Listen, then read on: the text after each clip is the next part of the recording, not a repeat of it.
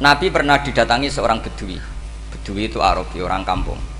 Minta sama Nabi, karena Nabi itu udah orang kaya, tentu kira-kira saya bayangkan ya dikasih 50.000 atau 10.000. Si Arabi ini tidak terima, dan tidak terima ngomong di depan umum.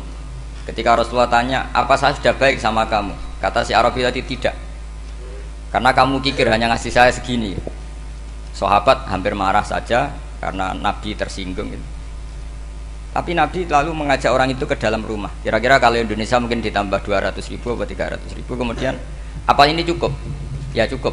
Kamu sudah puas? Ya puas. Fajazakallahu min ahlin wa asyiratin. Dipuji-puji Nabi. Kemudian kata Rasulullah, ayo kita keluar. Keluar nemuin khalayak begini. Khalayak rame. Kamu tadi mengkritik saya, menghujat saya di depan umum. Maka kamu sekarang harus memuji saya di depan umum supaya clear. Akhirnya mau dia, oke kita mau. Akhirnya muji-muji bahwa Muhammad orang baik, dermawan gini. Setelah itu dia pulang. Hebatnya Rasulullah ketika pulang, kata Nabi begini, sabda Nabi begini, kalau saja dia pas benci saya itu kok mati, saya ulang lagi, kalau saja dia pas komentari saya buruk tadi kok mati, maka dia mati sebagai min ahlin nar, karena berstatus pencaci maki Nabi. Akhirnya dia muji Nabi itu lewat disuap, lewat dikasih uang lagi. Loh itu sudah sah. Jadi saking baiknya Allah, Islam suapan itu juga sah. Itu kan muji Nabi itu karena disuap. Makanya ini penting. Sehingga dalam khazanah Islam itu memang agak aneh-aneh. Jadi di antara ceritanya dalam hukum-hukum Islam itu ada orang fasiknya minta ampun, tapi minta karena iman sama hadis bahwa nanti kalau ada orang mati disaksikan orang dua, apalagi kalau 4 min ahlil jannah, maka dia min ahlil jannah.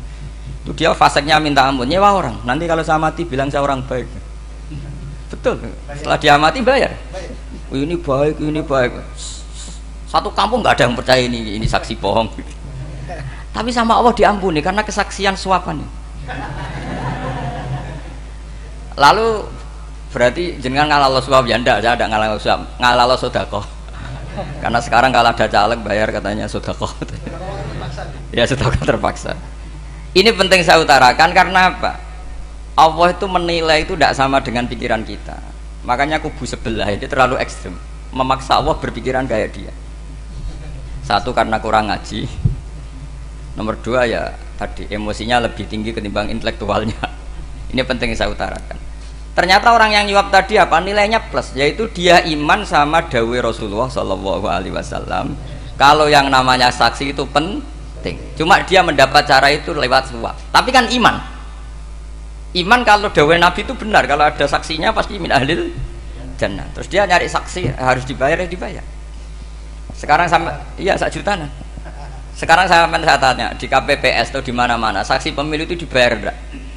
Dibayar sah apa enggak? Sah. Jadi kadang kebenaran itu harus dibayar. Ini penting saya utarakan karena ada orang perempuan cantik dirayu, digaji supaya main di klub, dibayar jadi orang maksiat. Lalu mungkin ada ustadz gaji dia, bayar dia supaya mondok. Nggak tahu terusannya apa, terus diwayo apa enggak tahu saya. Pertanyaannya, ketika kamu bayar kemudian jadi santri, itu kamu dosa nyuap apa dosa sodako membiayai proses kebenaran? Sodako.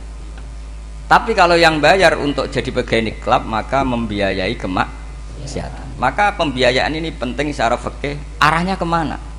Ke hak apa ke batil?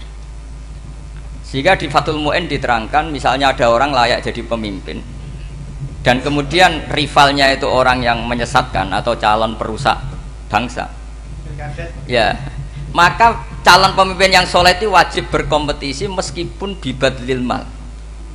Karena kalau yang memimpin orang fasik, kampung ini rusak. Kalau yang memimpin orang soleh, kalau nggak bayar juga nggak jadi, maka wajib bayar. Lah yang soleh bayar ini berstatus sedekah, tapi yang batil ini berstatus suap. Kenapa demikian? Karena yang namanya riswah atau ada yang baca ruswah adalah pembayaran untuk mengehakkan barang batil dan membatilkan barang hak. Sementara pembiayaan orang soleh adalah untuk memperkuat Nah orang tuh nggak tahu, yang ngajinya ndak hatam-hatam tuh taunya pokoknya ar-rosi wal murtasi benar. Tapi nggak pernah mikir lalu definisi riswah atau ruswah itu apa.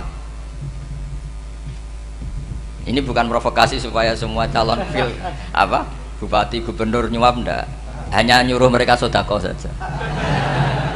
Jadi kalau nggak jadi, tapi sodako betul ya, kalau nggak jadi ya tetap ikhlas, ngomong dari awal memang sodako. Lah soal gremeng ya bawaan manusia gitu ya.